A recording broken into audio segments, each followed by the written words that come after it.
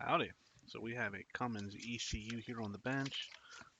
This one was previously sent to another company. Not sure who they are,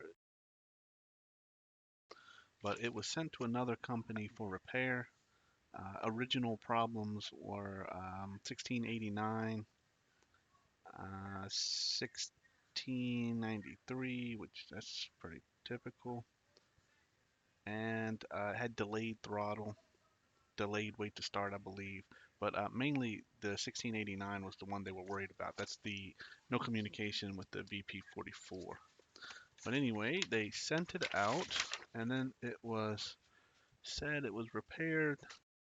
Company sent it back, and then the customer said he no longer had a wait to start. He no longer had any kind of communication with it, and I guess he had trouble warrantying it with that company.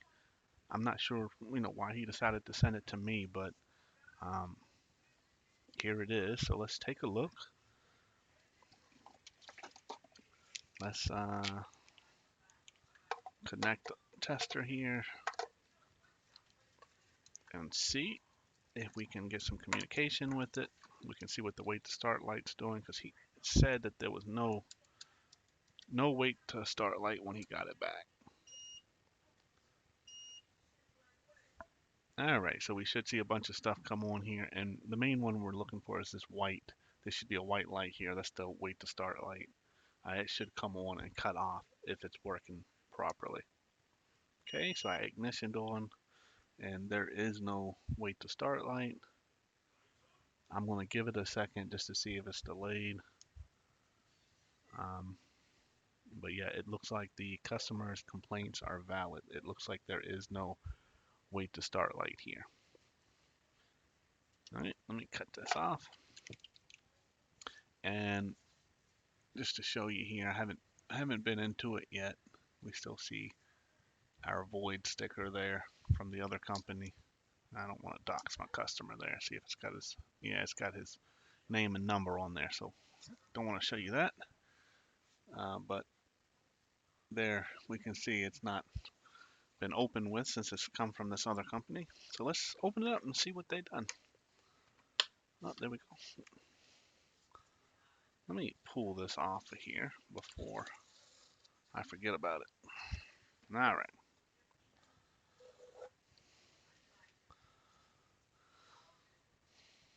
So let me go ahead and break the seal.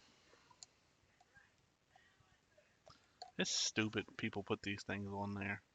You know, I've come to the conclusion that the only people that put that on there are people that are embarrassed if somebody was to open it and look at their work.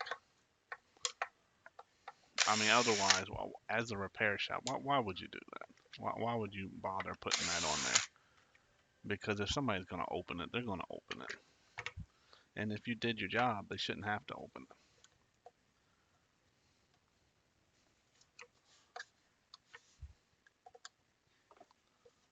Let's see how hard it is to get into it. A lot of times with the aftermarket silicone adhesive, sometimes they can be a little bit harder to get into.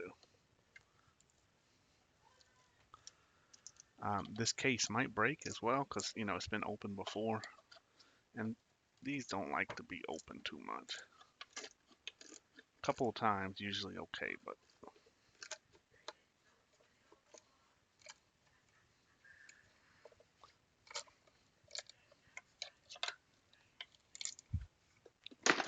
all right, so let's take a look.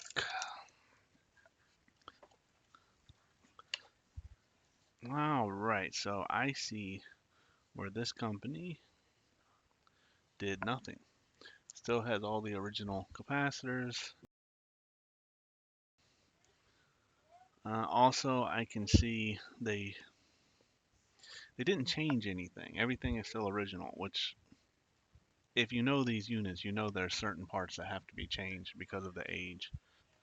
And they did not do that. So they must not know that you have to do that. And instead, all they did was they went around and pretended to resolder this main chip here, and they pretended to resolder this secondary chip. And the reason they do that is so that they can say that they reworked it and that they can charge you for it. It literally does nothing. It repairs nothing. They doesn't have that. These don't have an issue typically with solder. Once in a blue moon, maybe, but 95% of the time, it's nothing to do with the solder joints. That's that's only done so that the company can say they reworked it and charge you for it. But anyway, um, let's try to find out what they done up to why we lost our wait to start light, because I want to make sure I can fix it before I go through and waste my time rebuilding it. I suspect them pretending like they did a rework, they actually probably messed something up instead. So, which, that's typical, the typical saying, if it ain't broke, don't fix it, which is true in this case. If the soldering joints are not broken for the microprocessor, just don't touch it. There's no need. There's no need to pretend like you're reworking it. Just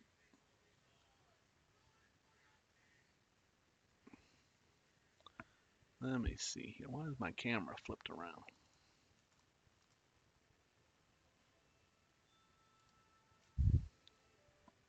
Okay, now it's right. All right, so let's zoom in here.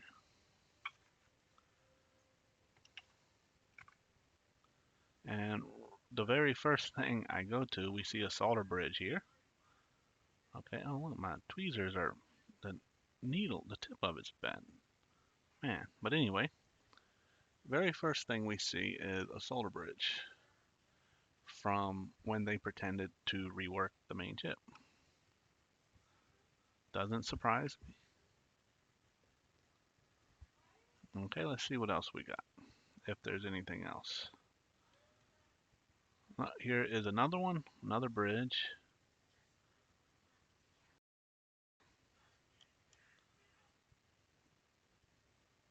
I don't see no other issue here. Let's check these ones. They look good. That's supposed to be bridged. Looks like they were using solder paste or something. Let's see. I think that's probably the only issues there is those two bridges. Let's remove them.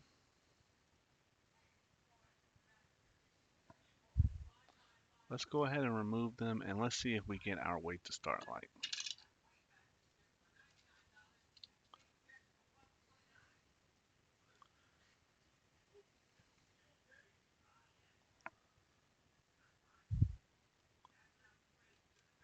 Okay, there's one gone.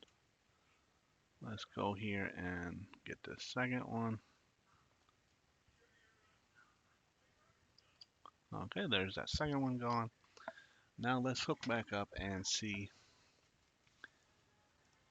if we get our, oh, you know what? Let me check this one first, because they also pretended to rework this chip. So let's see. Okay, so that one's supposed to be bridged. That's all good. No issues there.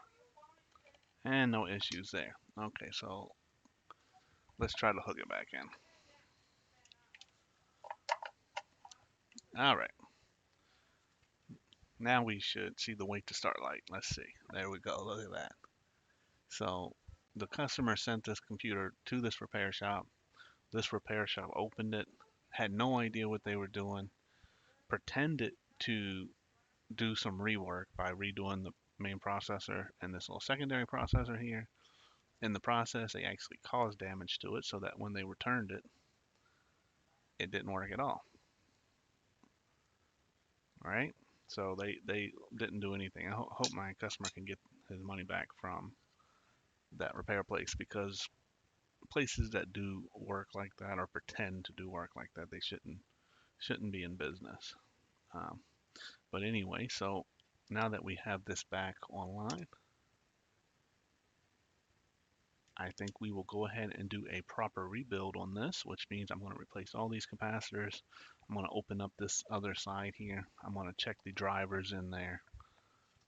I'm probably going to redo these tanks up here. Got to do some work to the logic circuit. And I see they reworked this serial chip here now too that I'm looking at it. So I'm going to check that, make sure it don't have any shorts. And then this will be good to go. I'll just rebuild it first, and I'll make sure it pass all my tests, and customer should be good to go on this one.